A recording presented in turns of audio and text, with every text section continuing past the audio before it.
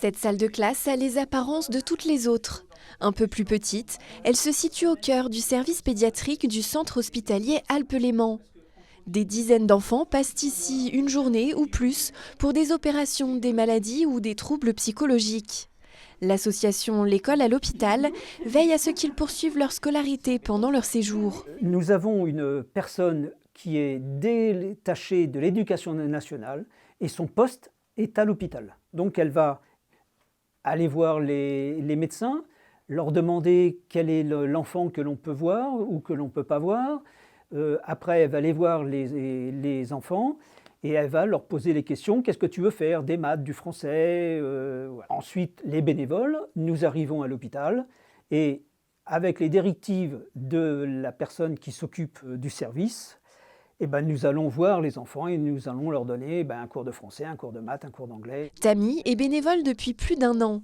D'origine américaine, elle propose des cours d'anglais pour tous les niveaux, de la maternelle au lycée. Il y a une aujourd'hui à 4 ans et le plus âgé, 17. J'y viens une fois par semaine, je viens les mardis. 10 bénévoles interviennent auprès des jeunes au service pédiatrique du Châle. L'association recherche aujourd'hui davantage d'aide.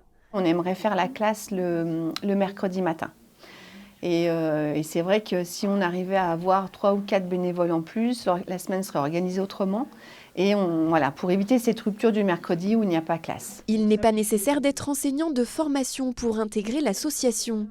Tous les bénévoles disposant d'un niveau minimum d'études pour pouvoir assurer un enseignement en français, maths ou langue sont les bienvenus.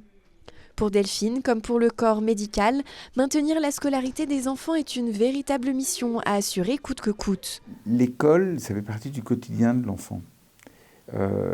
Ça le nourrit de choses nouvelles, ça structure sa vie aussi, il se fait plaisir avant tout, et puis il apprend. Et le fait, quand l'enfant est hospitalisé, de le remettre dans un contexte habituel d'école, ça structure même son séjour à l'hôpital. C'est assez extraordinaire. Depuis plus de 30 ans au Change et 15 ans au Châle, les bénévoles œuvrent ainsi pour apporter à l'esprit les soins que d'autres donnent au corps, selon les mots de la fondatrice de l'association Marie-Louise Imbert.